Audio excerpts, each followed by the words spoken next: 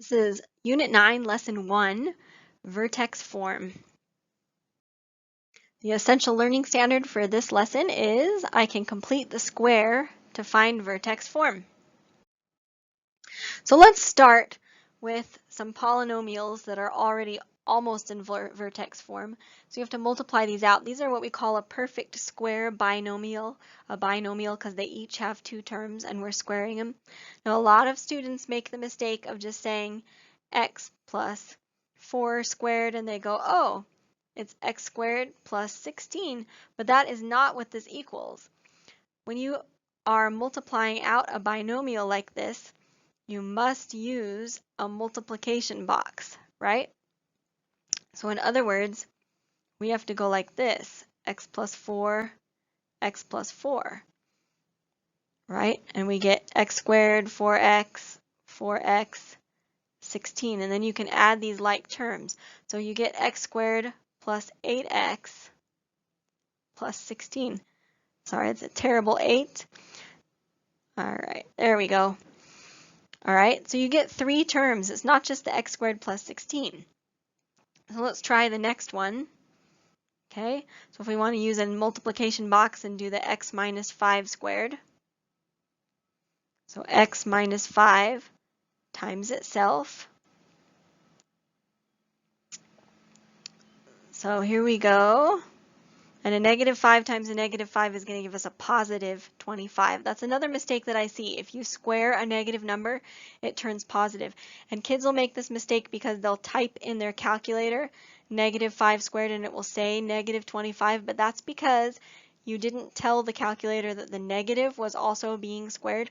If you want to type a negative being squared into your calculator, you have to put it in parentheses like that. Otherwise, you're going to get the wrong answer.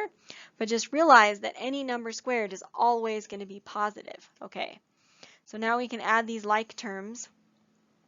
So x squared minus 10x plus 25. Okay, so let's try the next one. So x plus 1 squared. So if we make our multiplication box, x plus 1, so that's x squared, this is 1x, and that's 1x, and 1 times 1 is 1. So I get x squared plus 2x plus 1. Okay, and how about our last one? X minus 8 squared. So let's do minus 8, minus 8. So here we're going to get a negative 8x, and here a negative 8x. And here, negative 8 times negative 8 is positive 64. So we get x squared minus 16x plus 64. Okay, I want you to look at these and notice there's a pattern to this. So if you look at these, what am I getting here? Like every time. So I started out with x plus 4, and the numbers I ended up with were 8 and 16. 8 is 4 times 2. 16 is 4 squared. On the next problem, I had a negative 5, and I ended up with negative 10 and 25 again. It's negative 5 times 2 and negative 5 squared. Okay? And it happens all throughout this. So here I had a plus 1, and I got 1 times 2 is 2, 1 squared is 1. Negative 8 times 2 is negative 16, negative 8 squared is 64. So the middle term is double the number, and the last term is squared of the number. See that? There's a pattern. Okay, so this becomes important when we're using vertex form of a quadratic equation. And here I'm showing you the formula for the vertex form in general. Y equals a times x minus h squared plus k. It's called vertex form because it happens that h and k is the vertex. Now notice, in the equation it says x minus h. That's because, and then the vertex is at positive hk. That's because the x, it changes sign when you make it the vertex, okay? So let's take a look at this. I want to look at this on Desmos. So here I've created a vertex form equation, right? So I've created a vertex form equation here. A, x plus h squared plus k. There's your a, there's your h, here's your k, and I want to see what these do, right? So I'm going to move these sliders and see what is A influence. So right now they're all set at 1, okay? And I'm going to move these sliders. So what does A influence? So notice as A gets bigger, my parabola gets skinnier and skinnier. And then when it turns negative, the parabola flips upside down. So the number out front, it acts kind of like a slope, right? It's like a steeper slope. Your parabola has a steeper slope when it's bigger. Now, what does H influence? So notice H, it's moving it back and forth along the x-axis, but notice it's moving backwards, right? When H is positive, it's on the negative side of the axis. See that? If I set H equal to 4, that vertex is at negative 4. And if I move H over here to negative 4, notice that my vertex is now at positive 4. So the x goes backwards, right? Whatever you have as your h, the x coordinate goes backwards. All right, so I'm going to set this back here at 1, and let's look at what the k does. So k is moving it up and down along the y-axis. But notice that k is moving in the correct direction. So when k is positive, it's up positive on the y-axis. When k is negative, it's negative. So look at this. Right now I have h set to 1, k set to 3, and the vertex is at negative 1, 3, right? So you can see how the vertex is related to the values of h and k.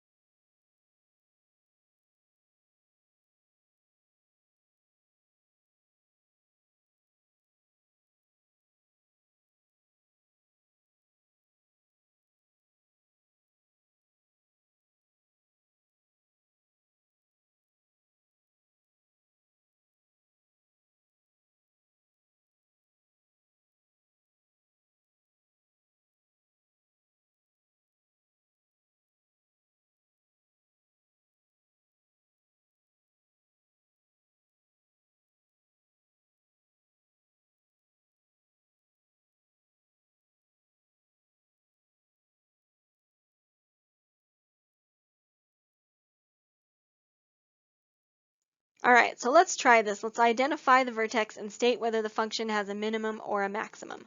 Okay, so we just saw in that demonstration that the number out front kind of affects how steep the parabola is and also if it's going up or going down, right? So what I think of, it's positive, it's going up, it looks like a smiley face. If it's negative, it's going down like a frowny face, negative frowny face, right? So this is a negative 4, which means our parabola is going to be going down like this. That means that what we have is a maximum. So, and then where's the vertex? So remember, the h and the k tell you the vertex, but the x went backwards. Remember that? So this says x plus 2. That means our vertex is at negative 2. The y coordinate didn't go backwards, so it stays whatever sign it's in. So our vertex is negative 2, negative 9. X coordinate changes sign, y coordinate stays the same. All right, let's try this one. So this one, the a outside is 7. It's a positive number, which means it looks like a smiley face, which means we have a minimum going on here. And where's our vertex? X changes sign. So it says x minus 3. Our vertex is going to be at positive 3. Y does not change sign, so it's going to be at positive 10. Next one, so our A is a negative 1/2, so it's negative again. It's going to look like a frowny face. It's negative, it's sad. That means we have a maximum. Vertex, X changes sign, Y stays the same. Okay? Let's try the next one. So 6/7, that's a positive 6/7. So it's going to be positive like a smiley face, and we will have a minimum X value at positive 15 because X changes sign, and the Y value will be negative 4/5. It stays the same. Okay, so the next thing we want to learn how to do is how to rewrite something as a perfect square. So this is like those warm-up problems, right? We want to create a perfect square binomial out of this. So remember, in the warm-up problems, they look like x plus or minus something squared. Okay, so what would go here? So remember when we multiplied this out, we noticed that the middle term, in this case it's a 12. Let me highlight that better. Ah, that was terrible. In this case it's a 12 for the middle term. The middle term happened to be double whatever was in there, right? So if we divide 12 in half, we know that that was a 6 in here. And then what was the last term? The last term was that number squared. It was would have been 6 squared. So this would multiply out to x squared plus 12x plus 36.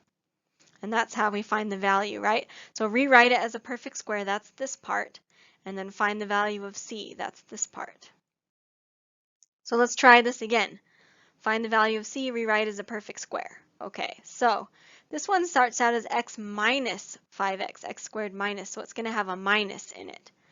So we know that the middle term is double whatever is in here, so we have to divide that in half. In other words, it was 5/2. You could also put that as 2.5. That's okay, right?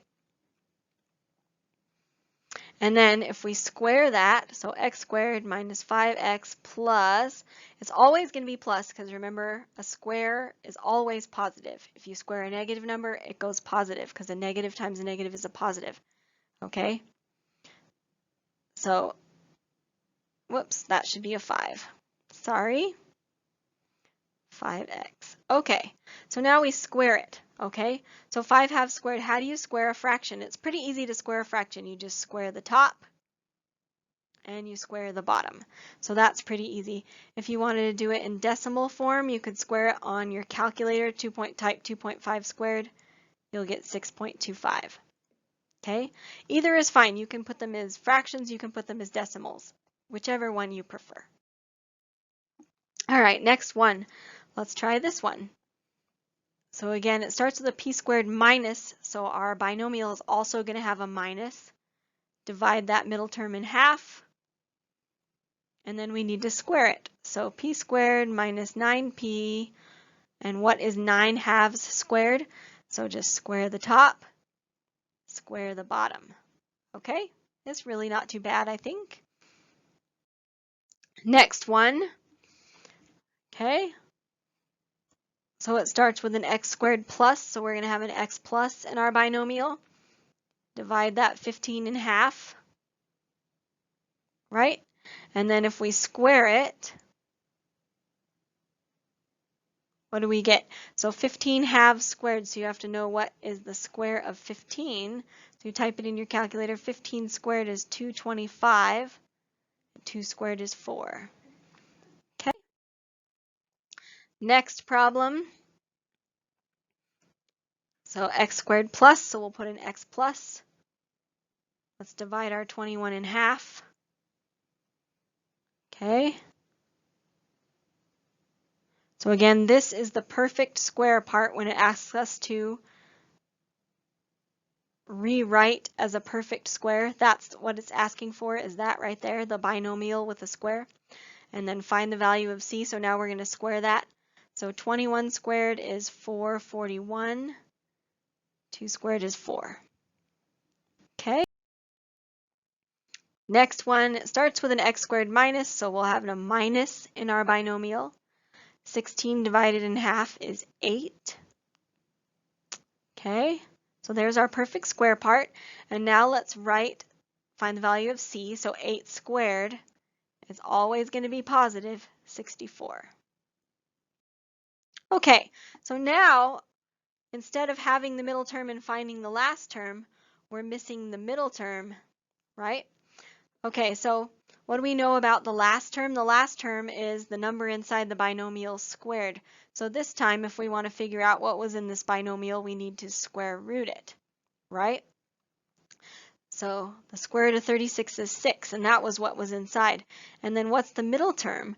Remember that the middle term turned out to be double, double 6 times 2 is 12. So there we go.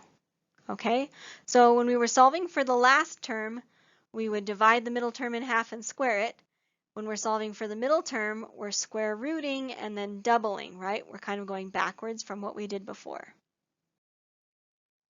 Okay, so next one. So we need to know what the square root of 256 is. So I'm going to type in my calculator square root 256 and I get that it is 16. Okay?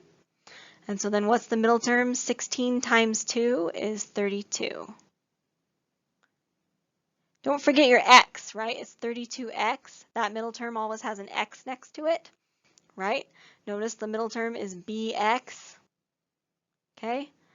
So you need to have an x in your answer. Okay, next one. Whoa, let's change back to black. Sorry. So square root 100, that's 10. And then our b, if we double that, is 20, 20x. Okay, very nice. Next one, square root our 64, and that's 8. Double it to get the middle term, that's 16x. Okay, so we're square rooting and then doubling. It's not too bad. Okay, the last thing we want to know how to do is if you're given some information about a graph, can you write the equation, right? So Vertex is at 2, -7, A is at -3. So this is kind of going backwards from the first few problems that we did. Okay, so y equals, obviously. So it's A and then x, and remember that the x coordinate changes sign, so it's going to be x minus 2 squared, and then the y coordinate stays the same. Okay, so you put A, x minus the x coordinate, and then the y coordinate. X coordinate changes sign. Let's try the next one. So y equals A, x minus the x coordinate, so opposite sign. And then y coordinate stays the same sign. Okay, so since we have a -5, it's going to be x plus 5. And then the -11 stays as a -11 on the outside. Okay, all right, now this time they didn't give us an A. So this problem is going to be harder. They've given us the vertex and then they've given us a different point that's on the parabola. So these are a little bit harder to do. So we don't know what the A is. Okay, so the x is going to be x minus 1 and then -8. So now what we have to do is take this point, this -3, 0, and we need to plug it in for x and y so that we can solve for A. So in other words, I'm going to put the 0 in for y, and I'm going to put the -3 in for x, right? Okay, so now we just have numbers, like this -3 minus 1, that's -4, right? And then what is -4 squared? How much is -4 squared? It's positive 16. So that's A times 16. A times 16, or 16A. And I'll just bring down that -8. So now we can keep solving. I can add 8 to both sides. 8 equals 16a, and then if we divide off the 16, we see that a is 8 over 16, or 1/2. So now we can take this a and put it all the way back in the original equation to get our equation 1/2 x minus 1 squared minus 8. Okay? Let's do another one like that. This is the last one. Okay? So we don't know our a. It's going to be x minus 3 squared plus 7. Now they've given us the point 1,5. Here's our point 1,5. So I'm now going to plug in 5 for the y. And I'm going to plug in 1 for the x.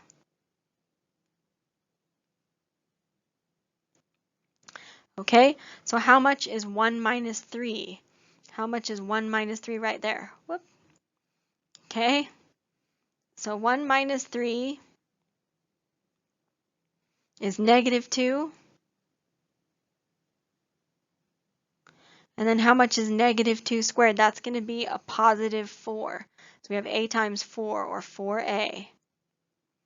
And then I can keep solving. So subtract 7 from both sides. And then divide off the 4. So I get a is negative 2/4. That's negative 1/2. So now I can put a negative 1/2 in place of the a back in the original equation. And there we go. All right, so that is the lesson. Make sure you now print out the homework and complete it. Take photos of both your in-class assignment and your homework and send them to me so that you can get credit. And be sure to hop on to the Remind app or to Zoom during my virtual office hours if you have questions.